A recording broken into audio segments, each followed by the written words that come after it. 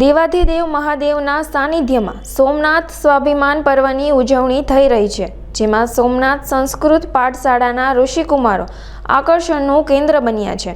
વડાપ્રધાન મોદીની પ્રેરણાથી ઉજવાઈ રહેલા આ પર્વમાં ઋષિકુમારોએ શંખનાદ અને વેદ મંત્રોના ગુંજરાવ સાથે નવી ચેતના જગાવી છે. સોમનાથ ટ્રસ્ટ દ્વારા સંચાલિત આ વર્ષો જૂની પાઠશાળામાં વિદ્યાર્થીઓ વેદ પુરાણ અને વ્યાકરણની સાથે સાથે આધુનિક યુગના અંગ્રેજી અને કમ્પ્યુટર વિષયોનું પણ જ્ઞાન મેળવી રહ્યા છે. અહીં પૌરાણિક જ્ઞાનને આત્મસાત કરવાની સાથે સામાજિક વિધિવિધાનો પાછળના તર્કનું પણ શિક્ષણ અપાય છે. સ્વાભિમાન પર્વના માધ્યમથી આજની યુવા પેઢી આપણા ગૌરવશાળી વારસા અને શહીદ વીરોના બલિદાનથી માહિતગાર થશે, જે ભારતીય સંસ્કૃતિનો સંદેશ જન જન સુધી પહોંચાડવાનું કાર્ય કરી રહ્યો છે. જય સોમનાથ, તમ સોમનાથમ શરણમ પ્રપદ્યે. મારું નામ છે પંડ્યા મિલન. હું અહીંયા સંસ્કૃત પાઠશાળા શ્રી સોમનાથ સંસ્કૃત પાઠશાળા જે આપણે અહીંયા સોમનાથની અંદર ચાલી રહી છે એમાં એક પ્રાધ્યાપક ગુરુજી તરીકે ફરજ બજાવું છું. આપણે અહીંયા સોમનાથ સંસ્કૃત પાઠશાળા એક એવી સુંદર પાઠશાળા છે જે આપણી સંસ્કૃતિનું ખૂબ સરસ રક્ષણ કરે છે. એવું કહી શકાય કે પ્રાચીન કાળની અંદર પહેલા ઋષિ મુનિઓ આ ગુરુકુળો ચલાવતા અને આપણી સંસ્કૃતિને વેદોનું, જ્યોતિષનું, શાસ્ત્રોનું અધ્યયન કરાવતા. એ જ પ્રકારની પદ્ધતિથી અહીંયા સોમનાથની અંદર સંસ્કૃત પાઠશાળા ચાલે છે, જેની અંદર અમે બાળકોને શ્રી સોમનાથ ટ્રસ્ટ દ્વારા નિઃશુલ્ક અભ્યાસ કરાવીએ છીએ, જેમાં કોઈ પ્રકારનો બાળકો પાસે રહેવાનો, ભોજનનો ઇત્યાદિ કોઈ પ્રકારનું શુલ્ક લેવામાં આવતું નથી. બાળક 9 થી લઈ અને 12 સુધી અહીં અભ્યાસ કરે છે.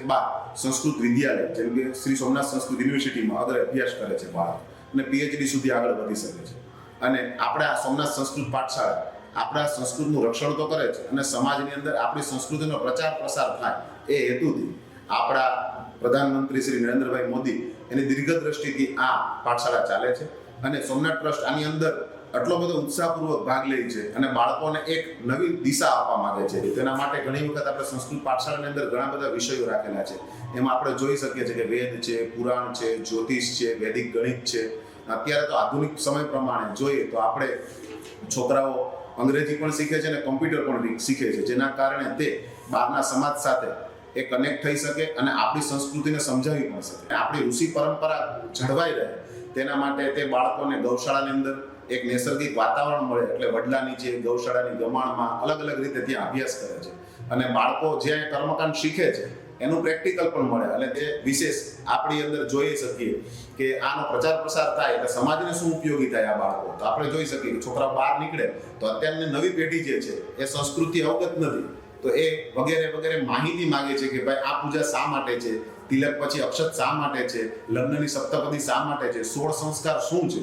તો આ બાળકો શીખી અને સમાજની અંદર જાય તો એ આપણી સંસ્કૃતિનો સારી રીતે પ્રચાર પ્રસાર પણ કરી શકે અને યુવા પેઢીને માહિતગાર કરી શકે. તો અત્યારે આપણે જોઈ રહ્યા છે સ્વાભિમાન પર્વ શ્રી વડાપ્રધાન નરેન્દ્ર મોદી સાહેબના દીર્ઘદ્રષ્ટિ નીચે આપણે ઉજવી રહ્યા છે, જેની અંદર આપણા શ્રી સોમનાથ સંસ્કૃત પાઠશાળાના બાળકો આખા ગુજરાતની અંદરથી આવી અને ઓમકારનો નાદ કરે છે. સવારે એનો ઘંટાનાદ કરી, મંદિરની અંદર શંખ વગાડી, ડમરૂ વગાડી અને પ્રારંભ કર્યો.